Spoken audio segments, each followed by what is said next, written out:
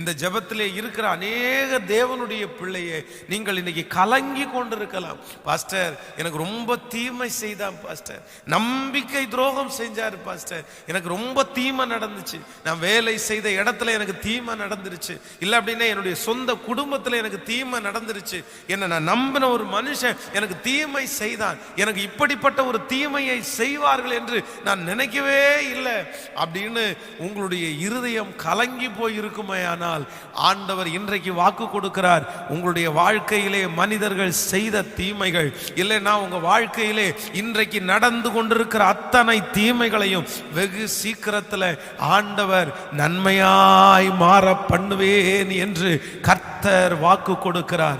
ஆண்டவர் அதை நன்மையாய் மாற்றுவார். அந்த மனிதர்கள் செய்த தீமையை ஆண்டவர் நன்மையாய் மாற்றுவார். இல்லை என்றால் உங்களுக்கு அந்த சூழ்நிலை உங்களுக்கு கொண்டு வந்த அந்த தீமையை ஆண்டவர் நன்மையாய் மாற்றுவார். உன் சொந்தங்கள், உன் இனஜன பந்துக்கள், உன் ரத்த சம்பந்தமான உறவுகள் உனக்கு தீமை செய்ததை என் அருள்நாதர் இயேசு கிறிஸ்து நன்மையாய் மாற பண்ணுவேன் என்று கர்த்தர் வாக்கு கொடுக்கிறார். கரங்களை உயர்த்தி ஒரு ஹல்லேலூயா சொல்லுங்கள். கரங்களை உயர்த்தி ஒரு ஹல்லேலூயா சொல்லுங்க. ஆமென்.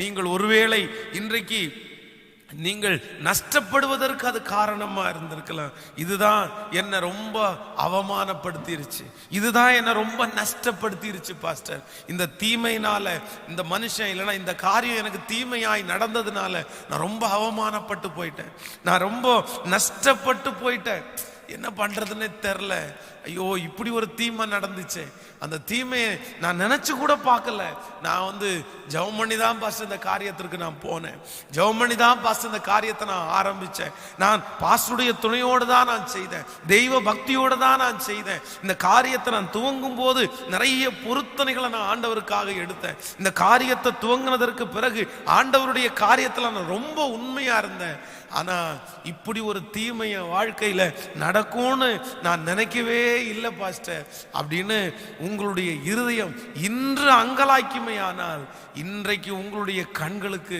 அது தீமை தான். இன்று உங்களுடைய கண்களுக்கு அது தீமையாய்த்தான் நடக்குது.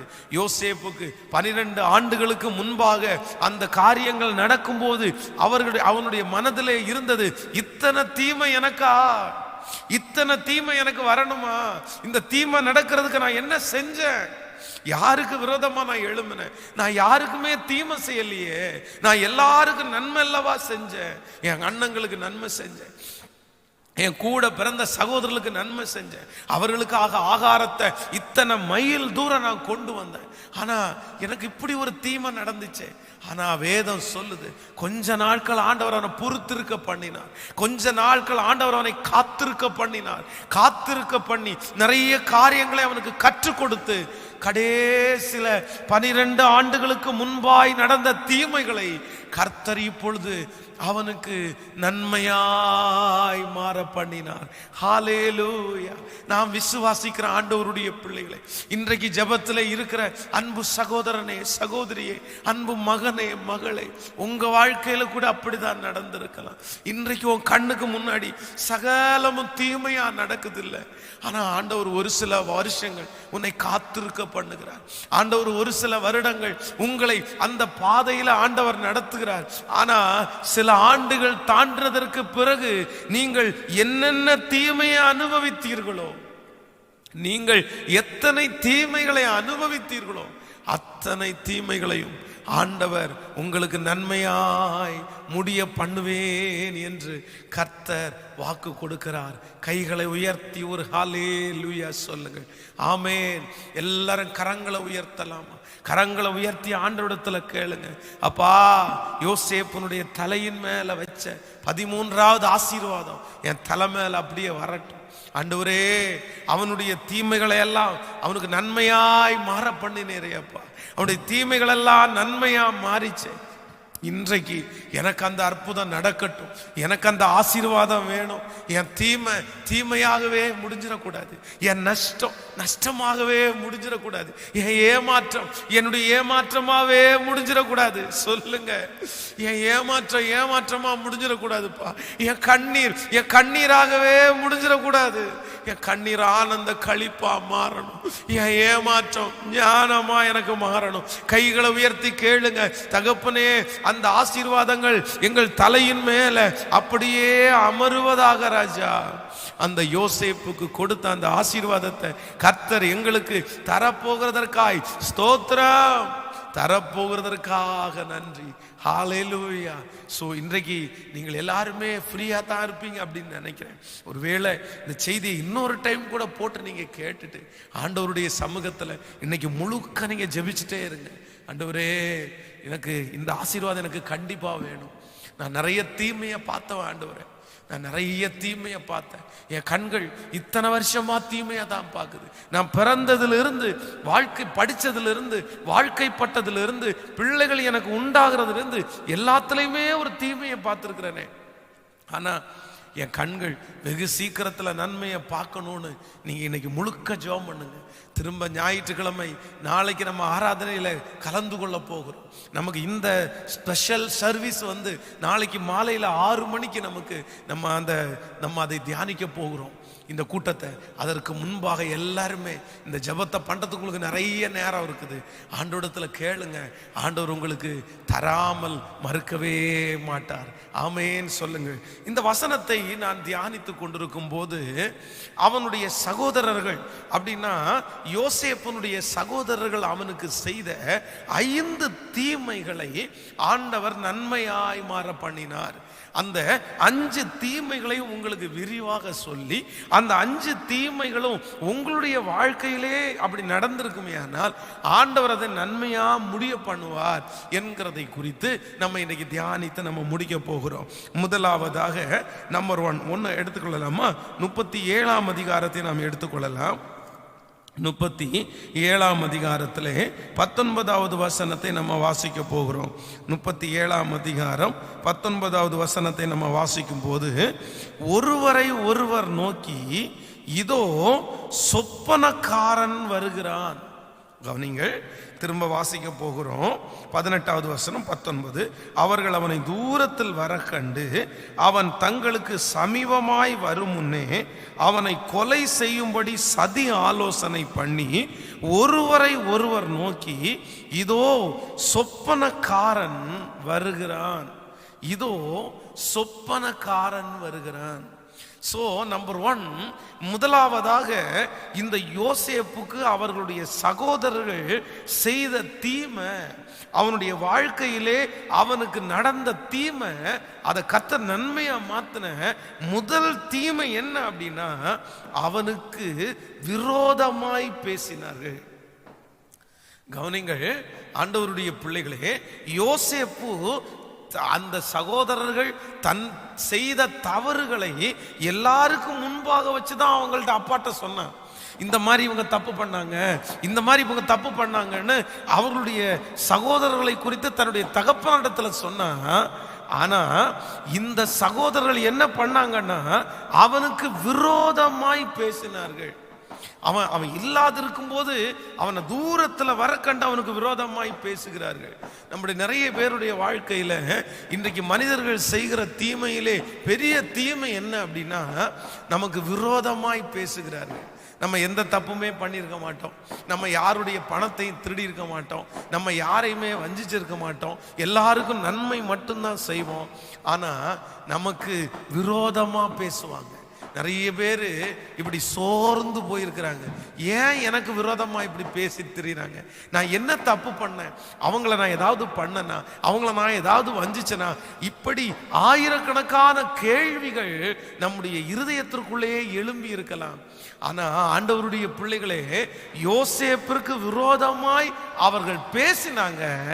ஆண்டவர் எப்படி நன்மையா அவங்களை எப்படி அதை நன்மையா முடிய பண்ணினார் அப்படின்னா, நான் நம்புவேன், எந்த வாய் அவனுக்கு விரோதமாய் பேசினதோ அந்த நாவு அவனை புகழ்ந்து பேசுகிறதற்கு ஆண்டவர் கட்டளையிட்டார்.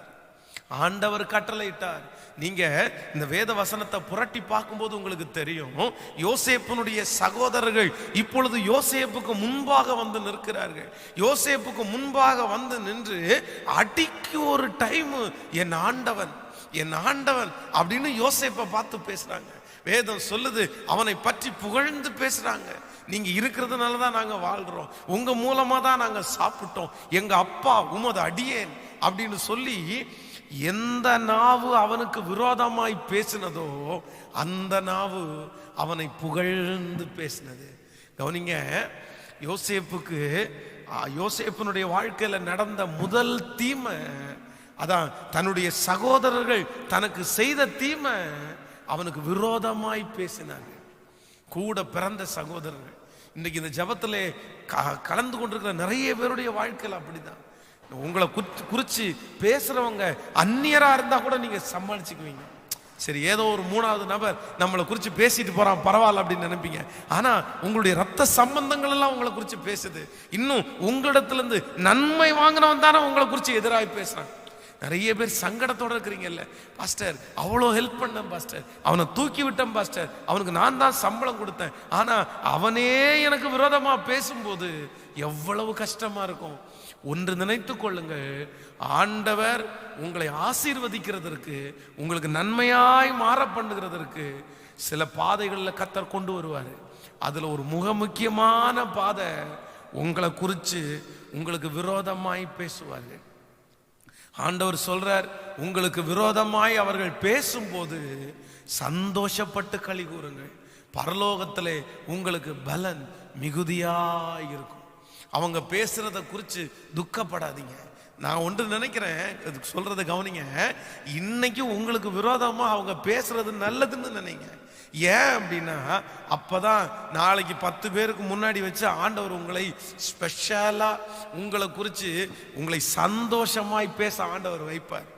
இது ஒருத்தருக்கு மட்டுமல்ல, வேதத்திலே இருக்கிற அத்தனை பேரையும் அத்தனை பரிசுத்தவான்களையும் ஆண்டவர் இந்த பாதையில தான் நடத்தினார். நீங்க ஈசாக்கை குறித்து வேதத்துல வாசிக்கும் போது வேதம் சொல்லுது, ஈசாக்குக்கு விரோதமா பேசினாங்க, நீ என்னை விட்டு போய்விடு அப்படின்னு பேசினாங்க. இன்னும் தாவீதை குறித்து வேதம் சொல்லும் போது, தாவீதை குறித்து சிமேயை தூசிக்கிறாங்க, ரத்த பிரியனே, பேலியாளின் மகனே, தொலைந்து போ அப்படின்னு தாவீதிற்கு விரோதமாய் அவன் பேசுகிறான். நீங்கள் தானியேலின் தீர்க்கதரிசன புஸ்தகத்திலே தானியேலை குறித்து வாசிப்பீர்களே, ஆனால் தானியேலு கூட வேலை செய்கிற நிறைய பேர் அவனுக்கு விரோதமாய் பேசினார்கள்.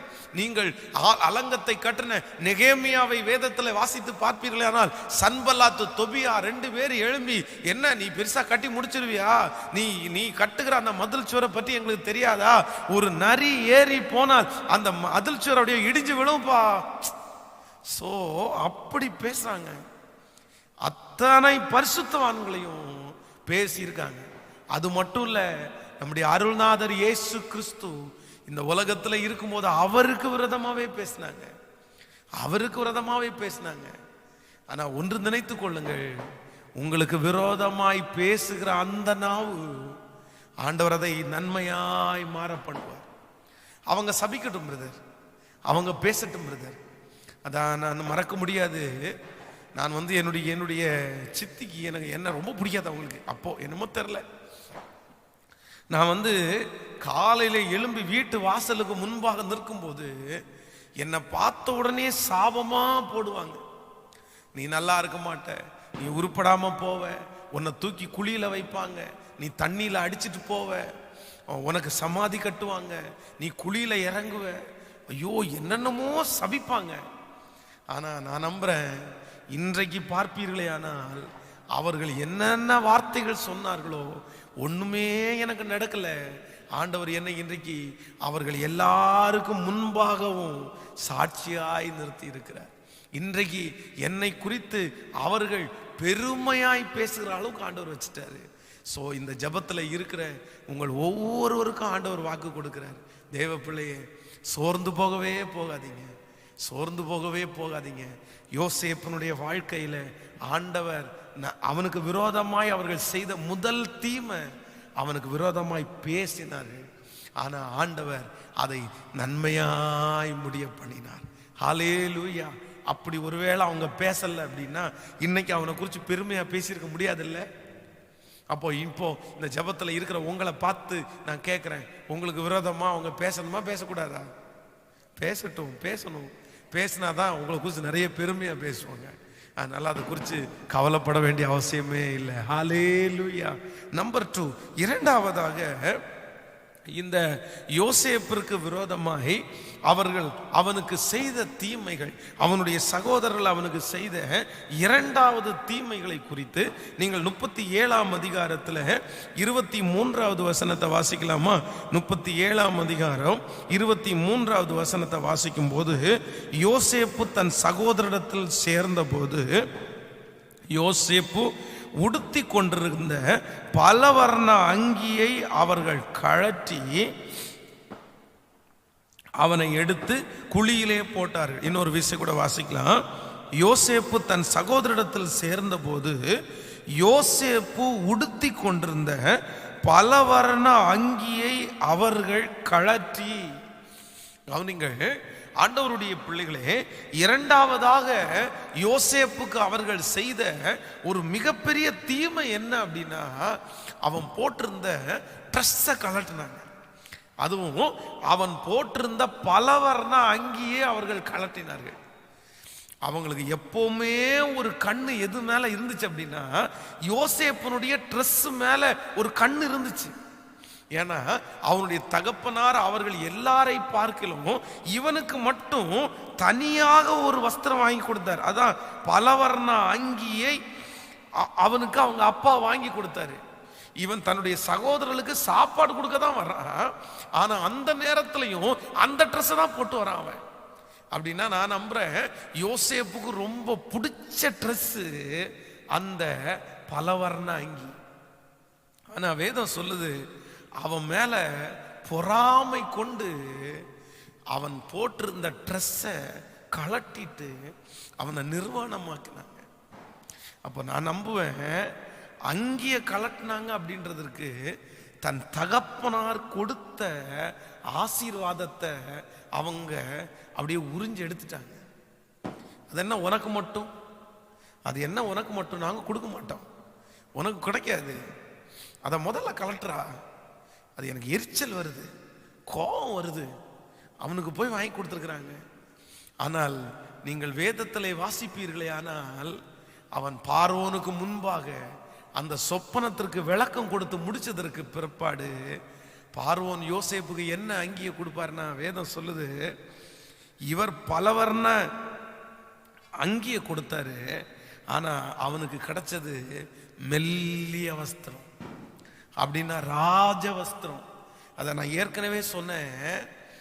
அவங்க அப்பா போட்ட வஸ்திரமும் அவங்க அப்பா போட்ட ட்ரெஸ்ஸும் ராஜா அவனுக்கு கொடுத்திருக்கிற வஸ்திரத்திற்கும் ஏணி வச்சா கூட எட்டாது.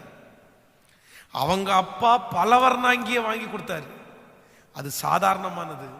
ஆனா ஆண்டவர் அவனுக்கு கொடுத்தது மெல்லிய வஸ்திரம், ராஜ வஸ்திரம். இன்றைக்கு இந்த ஜபத்தில் இருக்கிற ஆண்டவருடைய பிள்ளைகளே, ஒருவேளை இன்றைக்கு உங்களுக்கு விரோதமாய் நடந்திருக்கிற தீமை உங்களுடைய ஆசீர்வாதத்தை யாரோ ஒருத்தர் பிடுங்கி இருக்கலாம். உங்களுடைய தகப்பனாருடைய கொடுத்த ஆசீர்வாதத்தை யாரோ ஒருத்தர் பிடுங்கி இருக்கலாம். உங்களுக்கு என்று கொடுக்கப்பட்டிருக்கிற ஆசீர்வாதத்தை யாரோ ஒருத்தர் வஞ்சிச்சு எடுத்திருக்கலாம். அது அவர்கள் சொந்தம் கொண்டாடி கொண்டிருக்கலாம். இன்றைக்கு அது உங்க கைவிட்டு போயிருக்கலாம். ஆனா ஆண்டவர் திரும்பவும் வாக்கு கொடுக்கிறார்.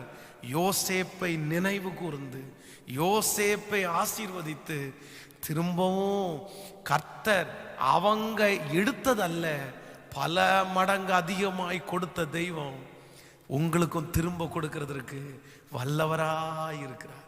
அதுதான் யோசேப்பு சொல்லுகிறான், நீங்களோ எனக்கு தீமை செய்ய நினைத்தீர்கள், கர்த்தரோ இன்று நடந்து வருகிறபடியே நன்மையாய் மாற்றப்பட்டார். ஹல்லேலூயா. யோசேப்பினுடைய தகப்பன் கொடுத்தது பலவர்ண அங்கி. அதான் உங்களுக்கு உங்க அப்பா கொடுத்தது, உங்க அம்மா கொடுத்தது, இல்லைன்னா உங்களுடைய சுய சம்பாத்தியத்தில் வந்தது கொஞ்சம். அந்த கொஞ்சம் சில லட்சங்கள், சில லட்சங்கள், சில ஆயிரங்கள். அதை நஷ்டப்படுத்தி விட்டாங்களே, அதை எடுத்துட்டாங்களே, அது என்னை விட்டு போயிருச்சே அப்படின்னு கவலைப்படாதீங்க. மனிதன் கொடுத்தது எடுக்கப்பட்டால் பரவாயில்ல, ஆனா மனிதன் கொடுக்கும்போது கொஞ்சம் தான் நமக்கு கொடுக்கும்.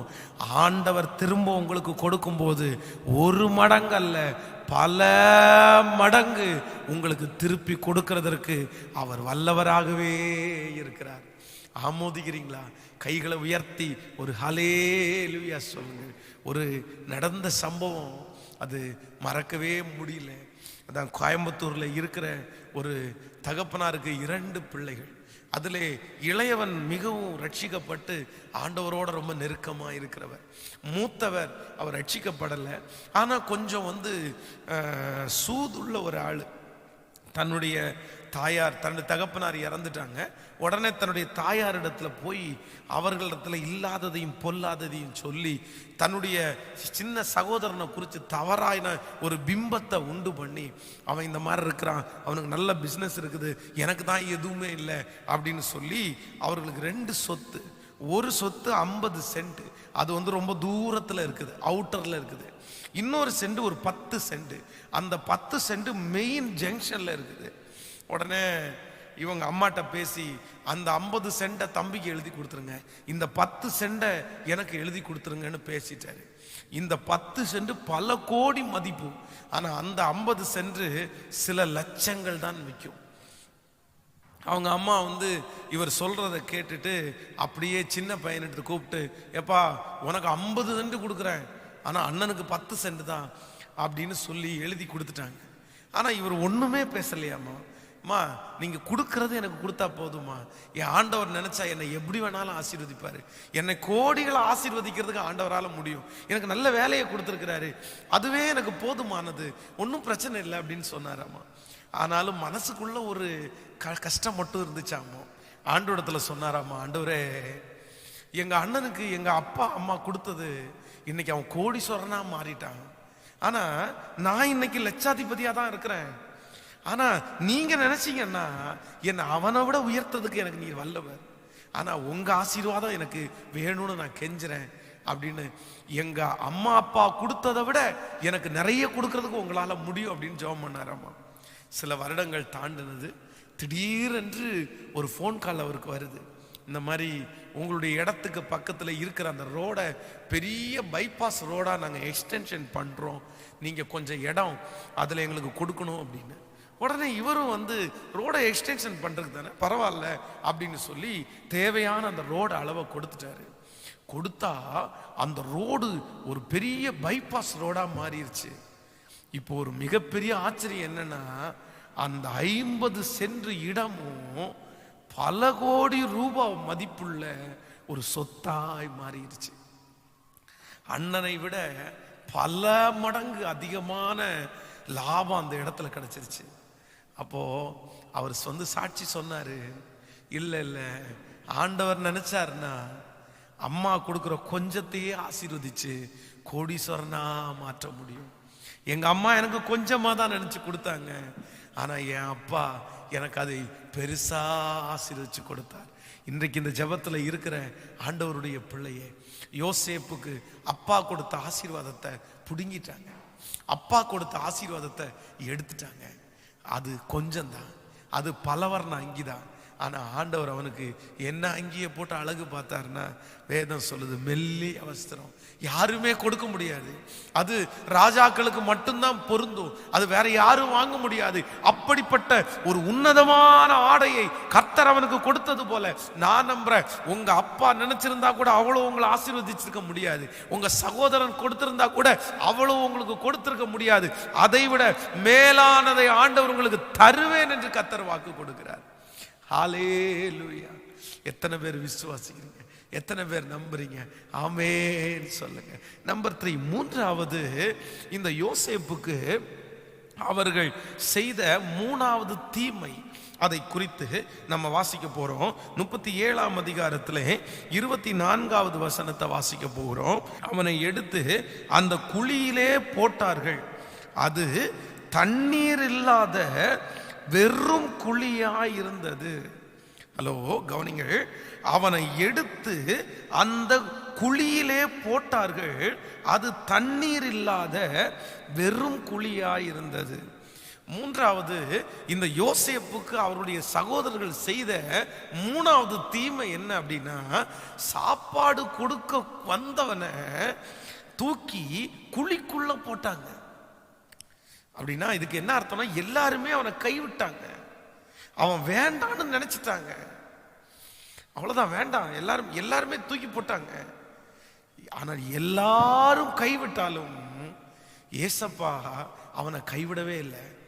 இந்த குழியில தூக்கி போட்டத ஆண்டவர் அவனுக்கு எப்படி நன்மையாய் மாற பண்ணினார் என்று நீங்கள் வேதத்தில் வாசிப்பீர்களா தெரியும். இவனை பார்க்க பார்க்க பார்க்க பார்க்க இவங்களுக்கு எரிச்சல், கோபம் வந்துட்டே இருந்துச்சு. அவனை பார்க்கும்போது கோபம் வந்துருச்சு. இப்ப அப்பா இல்லை, யாருமே இல்லை. இப்ப ஒருவேளை நான் ஒருவேளை கெஸ் பண்றேன், இவனை தூக்கி இவர்கள் குழிக்குள்ள போடாம மட்டும் இருந்திருந்தாங்கன்னா நிச்சயமா சொல்றேன் ஒவ்வொருத்தனும் அடிச்சே கொண்டிருப்பான். யோசேப்ப அடிச்சே கொண்டிருப்பான். ஏன்னா அவனுடைய கண்ணுக்கு எதிராக இருக்கிறத இவங்களால பார்த்திருக்கவே முடியாது. பொறாம, கோபம் அவ்வளவு வருது. அப்ப நான் நம்புறேன், அவர்கள் குழியிலே போட்டத ஆண்டவர் எப்படி நன்மையா மாற பண்ணார்னா, குழியில போட்டத கர்த்தர் பாதுகாப்பாய் மாற்றினார். பாதுகாப்பாய் மாற்றினார். நல்லா கவனிங்க. உங்களை யாராவது உங்களை கைவிட்டாங்களா? உங்களை கைவிட்டாங்களா? நீங்க ஒருவேளை நினைக்கலாம், என்னை இப்படி கைவிட்டாங்களே பாஸ்டர், எல்லாருமே என்னை கைவிட்டாங்களே பாஸ்டர். நான் சொல்றேன், சில நேரத்தில் எல்லாருமே உங்களை கைவிடுறது உங்களுக்கு நல்ல சேஃப். ஆண்டவர் வந்து ஒரு சேஃபான இடத்தை கொடுக்கிறதற்காகத்தான் அவர்கள் கைவிடுகிறார்கள். அதான் ஒரு பெரிய ஒரு தேவ மனிதர் ஒரு விஷயம், ஒரு நல்ல சாட்சி அவர் சொன்னார். அவங்க சொல்லும்போது சொன்னாங்க, தன்னுடைய திருச்சபைக்கு ஒரு இடம் வாங்குவதற்காக அவர்கள் முயற்சி எடுத்தார்களாமா. அப்போ முயற்சி எடுக்கும்போது அந்த இடம் ரொம்ப நல்ல லாபத்திற்கு கிடைச்சிச்சாமா. இவர் ஒரு சின்ன அட்வான்ஸும் பண்ணிட்டாரு. சின்ன அட்வான்ஸ் பண்ணி முடிச்சுட்டு அந்த பணம் பெரிய தொகையா இருக்கிறதுனால அதை கொடுக்க முடியாதனால இவர் சர்ச்சில் இருக்கிற அந்த எல்டர்ஸ் எல்லாம் கூப்பிட்டாங்களாமா. எல்டர்ஸ் எல்லாத்தையும் கூப்பிட்டு அவங்கள்ட்ட கலந்து ஆலோசிச்சு, இந்த மாதிரி நம்முடைய திருச்சபைக்கு அந்த இடத்த வாங்கிடுவோம், கொஞ்சம் லோன் மட்டும் போட்டுருவோம் அப்படின்னு சொன்னாராமா. சொல்லும் போது அந்த திருச்சபையிலேயே அந்த பேங்க்ல இருக்கிற ஒரு மேனேஜர் கமிட்டி மெம்பரா இருந்தாராம். உடனே எல்லாருக்கும் ஒரு பெரிய சந்தோஷம், ஐயா தான் இருக்கிறாருல்ல, அவரை வச்சு பேசி நம்ம போட்டுருவோம். பாஸ்டருக்கு ரொம்ப பிரியமானவர் அந்த மனுஷன். உடனே அவரை வச்சு பேசி எல்லாத்தையும் சாங்ஷன் பண்ணிருங்க, நமக்கு இவ்வளவு கோடி ரூபாய் லோன் தேவைப்படுது அப்படின்னு சொல்லி எல்லாத்தையும் பேசி முடிச்சுட்டு ரெஜிஸ்ட்ரேஷன் பண்ணலாம் அப்படின்னு போகும்போது திடீர்னு ஒரு குறுக்க திரும்பிட்டார். இல்ல, நான் உங்களுக்கு தர முடியாது, நான் சைன் போட முடியாது, அது எப்படி நீங்க கடன் இத்தனை கோடி வாங்குறீங்க, யாரை நம்பி வாங்குறீங்க அப்படின்னு சொல்லிட்டு அப்படியே குறுக்க திரும்பிட்டார். கைவிட்டாங்க, எல்லாருமே கைவிட்டாங்க. இப்போ இவர் அந்த பணத்தை எப்படி கட்டுறதுன்னு தெரியல. ரெஜிஸ்ட்ரேஷனுக்கு போகணும், இந்த பணம் அட்வான்ஸ் வர கொடுத்தாச்சு, அந்த அட்வான்ஸ் மூழ்கி போயிருச்சுன்னா இவங்களுக்கு கிடைக்காது. அப்படி பல சூழ்நிலையில அவர் சிக்கி இருக்கிறாரு. அந்த நேரத்தில் தன்னுடைய அறைக்குள்ள போய் கண்ணீர் விட்டு ஜெபம் பண்ணிட்டே இருந்தாராமா. ஆண்டவரே, என்ன செய்யறதுன்னே எனக்கு தெரியல ஆண்டவரேன்னு கதறி அழுதாராமா. அவர் மேல ஜெபம் பண்ணிட்டு இருக்கும்போது கீழே பெல் அடிச்சாங்களா யாரோ ஒருத்தர். யாரா இந்த நேரத்தில் பெல் அடிக்குது அப்படின்னு சொல்லிட்டு கீழே போய் பார்த்தா, எப்பவுமே இவர் வந்து ஒரு அம்மாவுக்கு வந்து 100 ரூபாய் எப்பவுமே கொடுப்பாரு. அந்த அம்மா வந்து கீழே நின்றுட்டு இருந்தாங்களாம். உடனே இவர் நினைச்சாராமா, நானே இத்தனை தேவையோட இருக்கிறேன், இந்த அம்மா வந்து 100 ரூபாய் கேட்கறதுக்கு வந்திருக்குதே அப்படின்னு சொல்லிட்டு கேட்டாராமா. என்னம்மா, என்ன வேணும் அப்படின்னு கேட்டாராமா. கேட்ட உடனே அந்த அம்மா, ஐயா, சர்ச்சுக்கு இடம் வாங்குறீங்கன்னு கேள்விப்பட்டேன், என்னால முடிஞ்ச ஒரு காணிக்கைய உங்களுக்கு கொண்டு வந்திருக்கிறேன், நீங்க கொஞ்சம் வாங்கிக்கங்கன்னாங்களாம். உடனே இவர் வந்து மனசு கஷ்டமா இருந்துச்சாமா, ஜெபம் பண்ணி வாங்கினாராமா. வாங்கின உடனே ஆண்டவர் பேசினாராமா அவரை பார்த்து, மக இப்போ உனக்கு இந்த காசை கொடுக்கறது யாரு அப்படின்னு கேட்டாங்களாமா. ஆண்டவரே, இந்த காசை கொடுக்குற இந்த நபரு மாசம் மாசம் எங்கிட்ட ஹெல்ப் வாங்குற அம்மா அப்படின்னாரம்மா. உங்ககிட்ட மாசம் மாசம் ஹெல்ப் வாங்குற ஒரு அம்மாவே உனக்கு இவ்வளவு பணத்தை உனக்கு கொடுக்க முடியும்னா நான் கொடுக்க மாட்டேனான்னு கேட்டாராம்மா ஆண்டவர். உடனே ஆண்டவர் சொன்னாராம்மா, ஆண்டவரே உங்களை நம்புறேன் ஆண்டவரே, எல்லாரும் என்னை கைவிட்டது நல்லது ஆண்டவரே. திரும்ப அறையில் போய் ஜெபம் பண்ணிட்டு இருக்கும்போது ஒரு பெரிய பணக்கார நபர் 2 மஞ்சப்பை பேக்கில் பணத்தை கொண்டு வந்து டேபிள் மேலே வச்சு, பாஸ்டர் ரெஜிஸ்ட்ரேஷனை முடிங்க, எப்போ உங்களால் ரிட்டர்ன் பண்ண முடியுமோ ரிட்டர்ன் பண்ணுங்கன்னு போயிட்டே இருந்தாராம்மா. வெற்றியாக ரெஜிஸ்ட்ரேஷனை முடிச்சாராம்மா. இன்றைக்கு இந்த ஜெபத்தில் இருக்கிற அன்பு தேவனுடைய பிள்ளைகளே, உங்க ஒவ்வொருத்தரை பார்த்தும் ஆண்டவர் சொல்கிறார், சில நேரத்தில் மனிதர்கள் உங்களை கைவிடுவது, எல்லாருமே உங்களை கைவிடுவது, யாருமே இல்லாம ஒரு ஆள் குழிக்குள்ள நீங்க கிடப்பது நல்லது.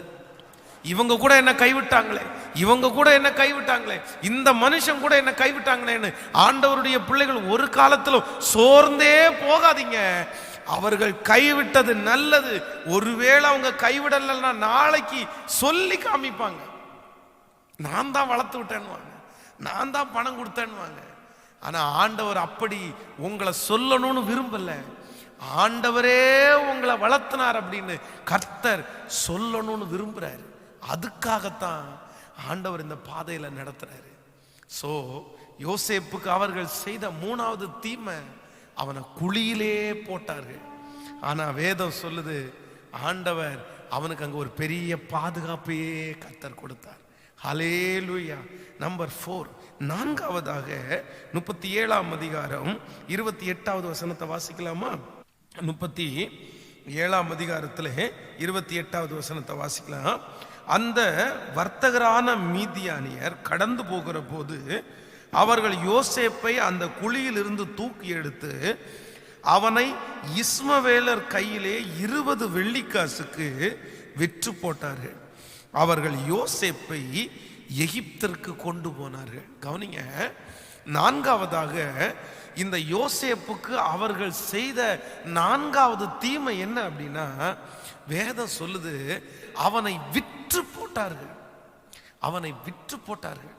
தன்னுடைய சொந்த சகோதரனை 20 வெள்ளிக்காசுக்காக விற்று போட்டாங்க. அப்படின்னா நான் என்ன நம்புறேன் அப்படின்னா, அவனை எல்லாருமே யூஸ் பண்ணிக்கிட்டாங்க.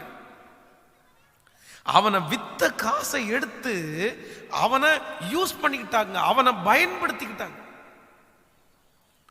அவனை பயன்படுத்திக்கிட்டாங்க. இன்றைக்கு கூட இந்த ஜெபத்தில் இருக்கிற நிறைய பேருடைய வாழ்க்கையில உங்களை நிறைய பேர் பயன்படுத்தி கொள்ளலாம். உங்களுடைய பலத்தை, உங்களுடைய தாளந்துகளை, உங்களுடைய திறமைகளை நிறைய பேர் பயன்படுத்தலாம். உங்களை வச்சு அவங்க முன்னாடி வந்துட்டாங்க, உங்களை வச்சு அவங்க மேல வந்துட்டாங்க, உங்களை அவங்க யூஸ் பண்ணிக்கிட்டாங்க. ஆனா இன்றைக்கு ஒருவேளை உங்களை தள்ளி விடலாம். உங்களை, ஐயோ இப்படி இவங்க என்னை யூஸ் பண்ணுவாங்க நான் நினைக்கவே இல்லையே, நல்லது போல தானே பேசினாங்க, என் பிள்ளைய நல்லது போல தானே பேசி கூட்டு போன, ஆனா யூஸ் பண்ணிட்டு விட்டுட்டாங்க. ஃபர்ஸ்ட் யோசேப்புக்கு அப்படிப்பட்ட ஒரு நிலைமை தான் வந்தது. 20 வெள்ளிக்காசுக்காக அவனை வித்து அவனை யூஸ் பண்ணிட்டாங்க. ஆனா ஆண்டவர் அவனை எப்படி அதை நன்மையா மாற பண்ணினார்னா, என் பையனை நீங்க யூஸ் பண்ணிட்டு அத கருவேப்பிலை மாதிரி தூக்கி போடலான்னு நினைச்சீங்க, ஆனா அவன் இல்லாம உங்களுக்கு சாப்பாடு கூட இல்லைன்ற அளவுக்கு ஆண்டவர் அதை நன்மையாய் மாற பண்ணினார். நான் நம்புற ஆண்டவருடைய பிள்ளைகளே, ஒருவேளை இந்த ஜெபத்துல இருக்கிற உங்களை யூஸ் பண்ணிட்டு விடலான்னு நினைச்சிருப்பாங்க, யூஸ் பண்ணிட்டு ஒருவேளை விட்டுருப்பாங்க, தூக்கி எரிஞ்சிருப்பாங்க, கருவேப்பிலை மாதிரி தூக்கி போட்டாங்க, நன்மை அனுபவிச்சு தூக்கி போட்டாங்க. ஆனா சீக்கிரமா ஒரு நாள் வரும், அந்த நாள்ல ஆண்டவர் உங்களை எப்படி வைப்பார் தெரியுமா? நீங்க இல்லாம அவங்கள என்டர் ஆக முடியாது, நீங்க இல்லாம அவங்களுக்கு டோர் ஓப்பன் ஆகாது. நீங்க தான் அந்த டோருக்கு முன்னாடி நிற்பீங்க, நீங்க தான் திறவுகோலாய் நிற்பீர்கள். உங்கள்கிட்ட கேட்காம, உங்க பர்மிஷன் இல்லாம அவங்க ஒன்றும் செய்ய முடியாத அளவிற்கு அவர்களுக்கு தலைவராய், அவர்களுக்கு தலைவியாய் ஆண்டவர் உங்களை கொண்டு வந்து நிறுத்த வல்லவராய் இருக்கிறார். அன்னைக்கு உங்களை யூஸ் பண்ணுவாங்க. ஆனா நீங்க ராஜாக்களாய், ராஜாத்திகளாய் இருப்பீங்க. எத்தனை பேர் ஆமோதிக்கிறீங்க? ஹல்லேலூயா. சோ நம்பர் 4, நான்காவது, யோசேப்புக்கு அவர்கள் செய்த தீமை, அவனை விற்று போட்டாரு. அவனால பயனடைஞ்சாங்க. ஆனா இன்னைக்கு அவன் இல்லாம வாழ முடியாதுன்ற நிலைமைக்கு வந்துட்டாங்க. ஹல்லேலூயா. நம்பர் 5, கடைசியாக ஒரு வசனத்தை வாசிக்கலாம். 37ஆம் அதிகாரத்திலே 31, 32வது வசனத்தை வாசிக்க போறோம். அவர்கள் யோசேப்பின் அங்கியை எடுத்து ஒரு வெள்ளாட்டு கடாவை அடித்து அந்த அங்கியை இரத்தத்திலே தோய்த்து பலவர்ணமான அந்த அங்கியை தங்கள் தகப்பனாரிடத்திற்கு அனுப்பி, நாங்கள் இதை கண்டெடுத்தோம், இது உம்முடைய குமாரனுடைய அங்கியோ அல்லவோ பாரும் என்று சொல்ல சொன்னார்கள். கவனிங்க ஆண்டவருடைய பிள்ளைகளே, அடுத்ததாக 5ஆவதாக இவர்கள் யோசேப்புக்கு கொடுத்த ஒரு மிகப்பெரிய தீமை என்ன அப்படின்னா, அவனுக்கு இருந்த ஒரே ஒரு ஆதரவு கோல், அந்த ஒரு ஆதரவு கோல் தான் இருந்துச்சு. அந்த ஆதரவு கோலையும் அவங்க முறிச்சு போட்டாங்க. அப்படின்னா இந்த இடத்துல இந்த வசனத்தை என்ன வாசிக்கிறோம்னா, இந்த பலவர்ண அங்கி அவங்க கலட்டுறது அல்லாம அதை ரத்தத்துல ஒரு வெள்ளாட்டு கடாவை அடித்து அந்த ரத்தத்தை எடுத்து அந்த அங்கியில தேய்த்து இப்ப யார்கிட்ட கொண்டு போய் கொடுத்தாங்க அப்படின்னா, தன்னுடைய தகப்பனாரிடத்துல கொண்டு போய் கொடுத்தாங்க. தன்னுடைய தகப்பனாருக்கு அதிகமான பாசம். ஒருவேளை இவங்க இந்த அங்கிய தன்னுடைய தகப்பனாரிடத்துல கொண்டு போய் கொடுக்கலன்னு வச்சுக்கோங்களேன், இவர் என்ன பண்ணியிருப்பார் அப்படின்னா, எப்படி யாகிலும் தன்னுடைய மகனை தேடி கண்டுபிடிச்சிருப்பார். யாக்கோபு ஏன்னா அவன் நேசித்த குமாரன். எவ்வளவு செலவு பண்ணியும் எத்தனை நாள் அலைஞ்சும் கண்டிப்பா யோசேப்பை கண்டுபிடிக்கிறதுக்கு எகிப்திற்கே கூட வந்திருப்பாரு. என் பையன் தான், உங்களுக்கு எத்தனை 1000 வேணாலும் நான் தரேன், என் பையனை கொடுத்துருங்கன்னு வந்திருப்பாரு. ஆனா வேதம் சொல்லுது, இவங்க செஞ்ச ஒரு மிகப்பெரிய தீமை, தனக்கு இருந்த ஒரே ஒரு ஆதரவு கோல், தனக்கு இருந்த ஒரே ஒரு பாசமான ஒரு மனுஷன், அதையும் இவங்க என்ன பண்ணிட்டாங்கன்னா கட் பண்ணிட்டாங்க. தன் மேல பாசமா இருந்த அந்த நபரையும் கட் பண்ணிட்டாங்க. ஆனா அதுல ஒரு பெரிய நன்மை இருக்குது. ஒருவேளை இந்த ரத்தத்துல தோய்த்த அந்த ட்ரெஸ்ஸை கொண்டு போய் கொடுக்கல அப்படின்னா, யோசேப்பு அவங்க அப்பா எப்படியாவது கண்டுபிடிச்சிருப்பாரு. ஆண்டவர் அவனை குறித்து வைத்திருந்த பெரிய திட்டம் நிறைவேறியிருக்கிறாரு. ஸோ பாசமான தன்னுடைய தகப்பனை மறந்து வாழ்ந்ததும், தன் தகப்பன் இல்லாமல் வாழ்ந்ததும் ஆண்டவர் நன்மையாய் மாற பண்ணினார். நீங்க எனக்கு தீமை செய்யலப்பா, நீங்க எனக்கு நன்மை தான் செஞ்சீங்க. எங்க அப்பாவுக்கு ஒருவேளை நீ உண்மையை சொல்லியிருந்தீங்கன்னா எங்க அப்பா கண்டுபிடிச்சிருப்பார், இன்னைக்கு இவ்வளவு பெரிய உயர்வை நான் பார்த்திருக்கவே மாட்டேன்.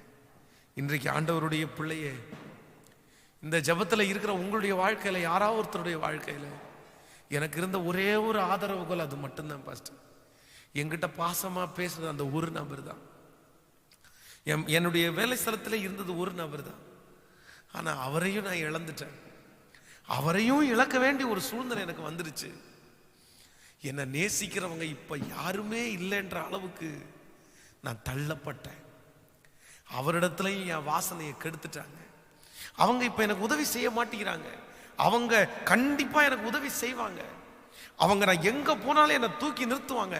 ஆனா அதுவும் என்னை விட்டு இப்ப போறது மாதிரி பண்ணிட்டாங்க. இல்ல இல்ல, அது தீமைக்கு இல்ல, அவங்களுடைய கண்ட்ரோல்ல நீங்க இருந்தீர்களே ஆனால் நீங்க முன்னேறி இருக்கவே முடியாது. ஆண்டவருடைய பிள்ளையே, நீங்க முன்னேறி இருக்கவே முடியாது. உங்களை ஒரு பெரிய லெவல்ல ஆண்டவர் கொண்டு வரணுன்றதுக்காக தான், உங்களை ஒரு பெரிய ஸ்தானத்துல ஆண்டவர் வைக்கணுன்றதற்காக தான், ஆண்டவர் உங்கள் மூலமாய் லட்சக்கணக்கான பேரை ஆசீர்வதிக்க வேண்டும் என்பதற்காகத்தான் இந்த சூழ்நிலையை ஆண்டவர் அனுமதிச்சிருக்கிறார். பாசம் உள்ளவர்களையும் உங்களை விட்டு அவங்க பிரிச்சுட்டாங்க. ஸோ கர்த்தர் எல்லாவற்றையும் நன்மையாய் மாற பண்ணினார். ஹல்லேலூயா.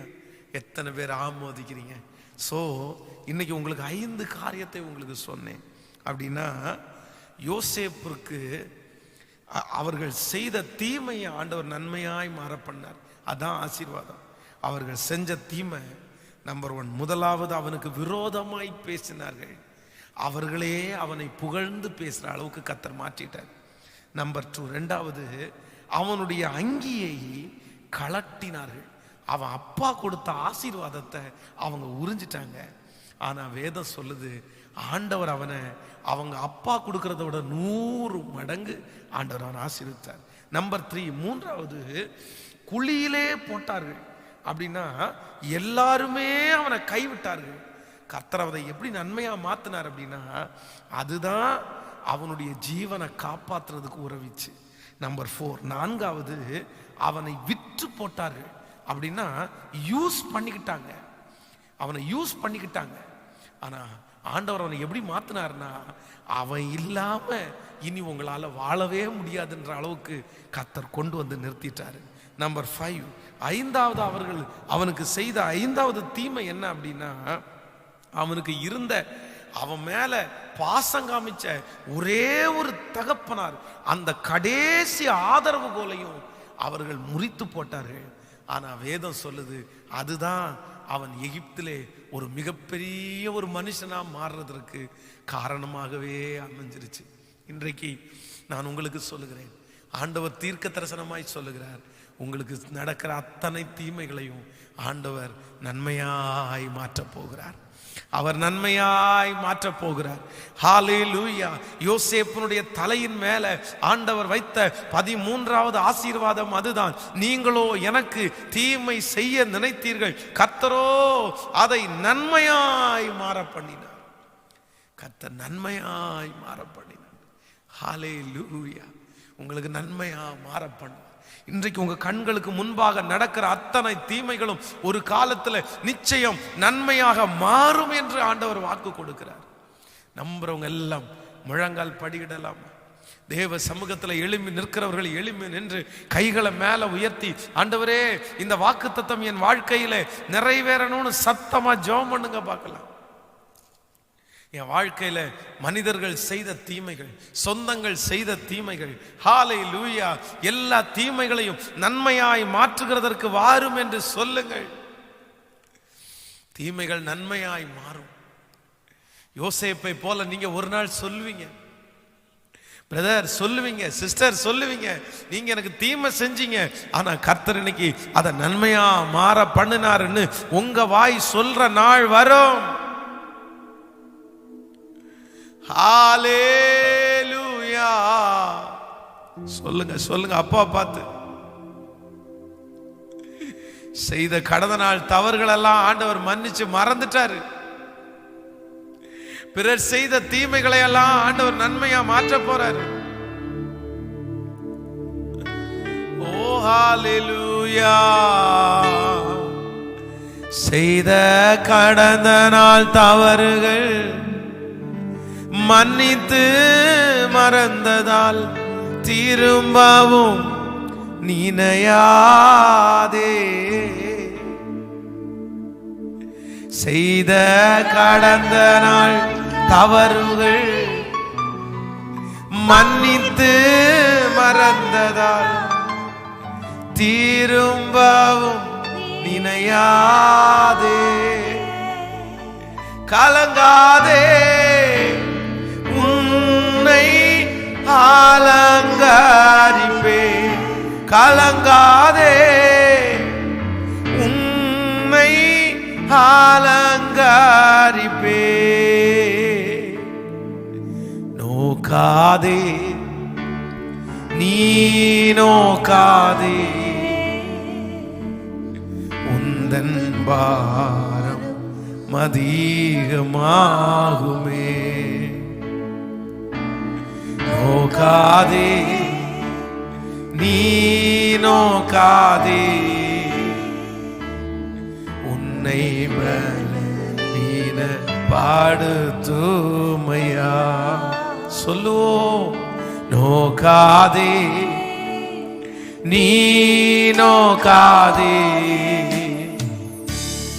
உந்தன் பாரம் அதிகமாகுமே. நோக்காதே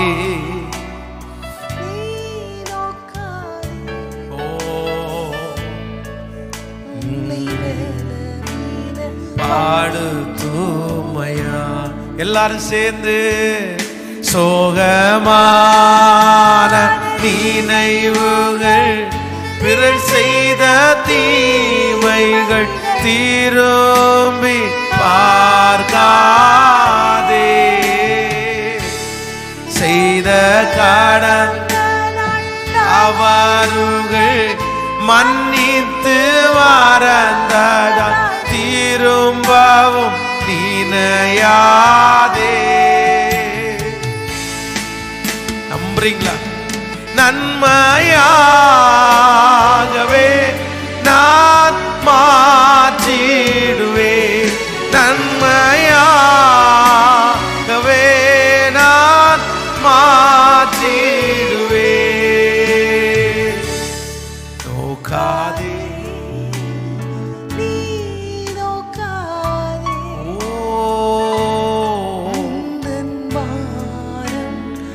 ஹalleluya.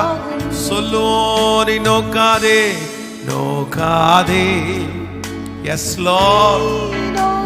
உங்க பிள்ளைகளுக்கு வந்த தீமைகள் அனைத்தும் நன்மையாய் மாறட்டும். பாடு தூமையா. சோகமான நினைவுகள், பிறர் செய்த தீமைகள் திரும்பி பார்க்காதே.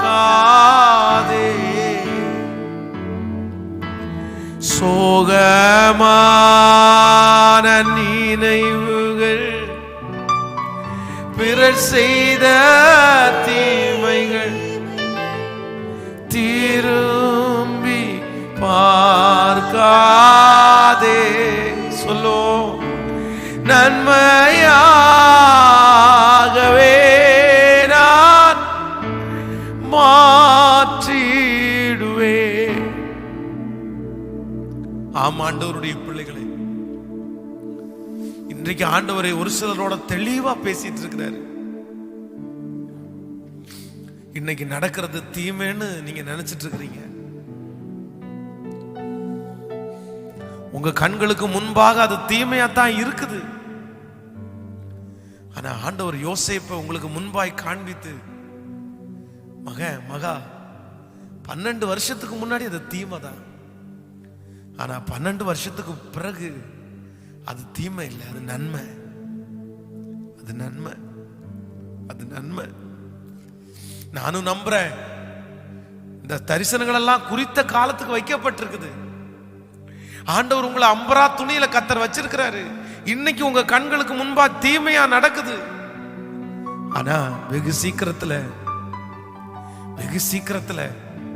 நீங்க என்ன சொல்லுவீங்க தெரியுமா? அது நன்மைக்கு பாஸ்டர். இன்னைக்கு உங்க வாய் அது தீமைக்குன்னு சொல்லுது, ஆனா வெகு சீக்கிரத்துல அது நன்மைக்குன்னு சொல்லும். ஆமோதிக்கிறீங்களா?